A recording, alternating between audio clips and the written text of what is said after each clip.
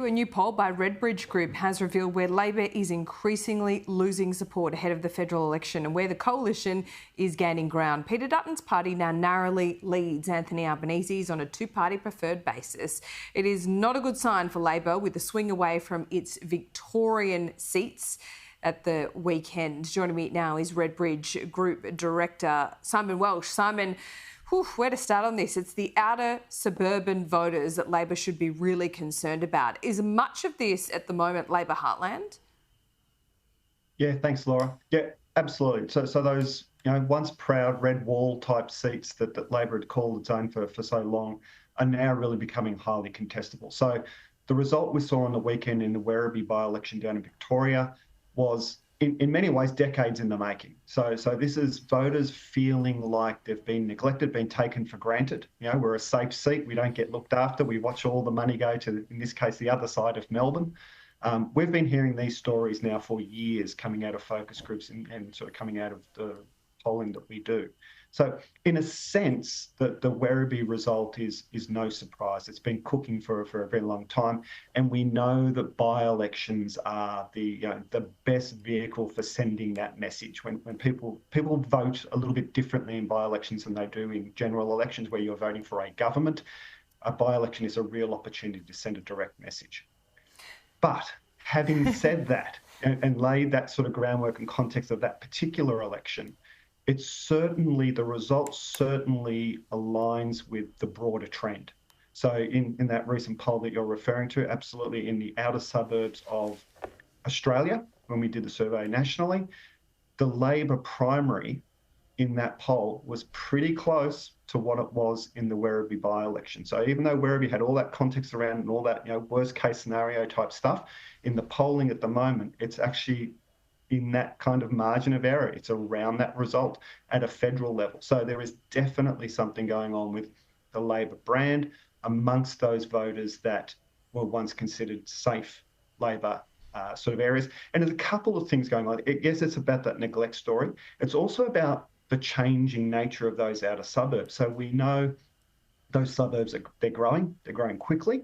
They're growing with voters that are moving out there from other areas because they can't afford to live, sort of where they've been renting or live where they've grown up with mum and dad. So they're moving out to these areas, and they're coming with a different political perspective as well. I don't just mean in terms of their Liberal voters moving in. That's not necessarily the case, but they're coming with an expectation around services, around infrastructure and those sorts of things. And they're bringing those expectations with them, and they're not seeing them lived up to. And they see it as a political problem. They talk to us in the group. It is explicitly a political problem.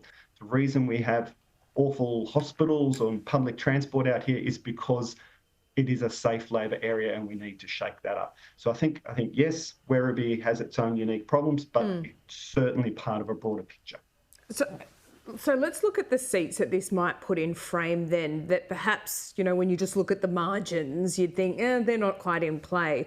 Are we talking about seats like Aston? I mean, that is a marginal seat anyway, but that could go back to the Liberals there. What about outer suburban seats, particularly in Western Sydney? Does it put ones like Macquarie back in play? Now, that again is a marginal seat, but are there others with a 5 or 6% margin that Labor holds at the moment that could be in real trouble?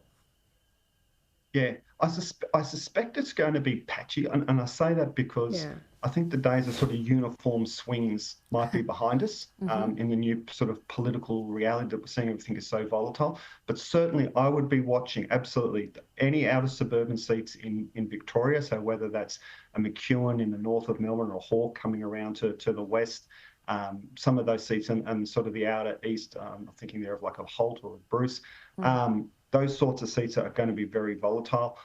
Western Sydney, absolutely. Places like Werriwa, we've sort of got a close eye on that. But even some of those regional seats, so in and around the Hunter, if you take the Hunter broadly as a geographical region, not necessarily Hunter the electorate, that sort of area, we would be watching those areas as well. Again, once proud Labor areas, now feeling these pinches of neglect, and this narrative around this federal government that they haven't done enough on cost of living, and it's kind of interesting on that. Talking to people over this last week, that even sort of rusted on Labor voters are bemoaning the fact that Labor has done so poorly in communicating what it's done on cost of living. So they'll be sitting in focus groups and other people will say, oh, look, we feel like they've done nothing on cost of living. And they'll say, well, they've done the tax cuts. These are the rusted on voters will say they've done the tax cuts, they've done the prescriptions thing, they've done the childcare. Yeah. But what they haven't done is actually tell people about that and put it into a narrative and you sort of drum it into people that these are the things that have been done. So even the rusted on Labor voters aren't surprised that people are critiquing them on that.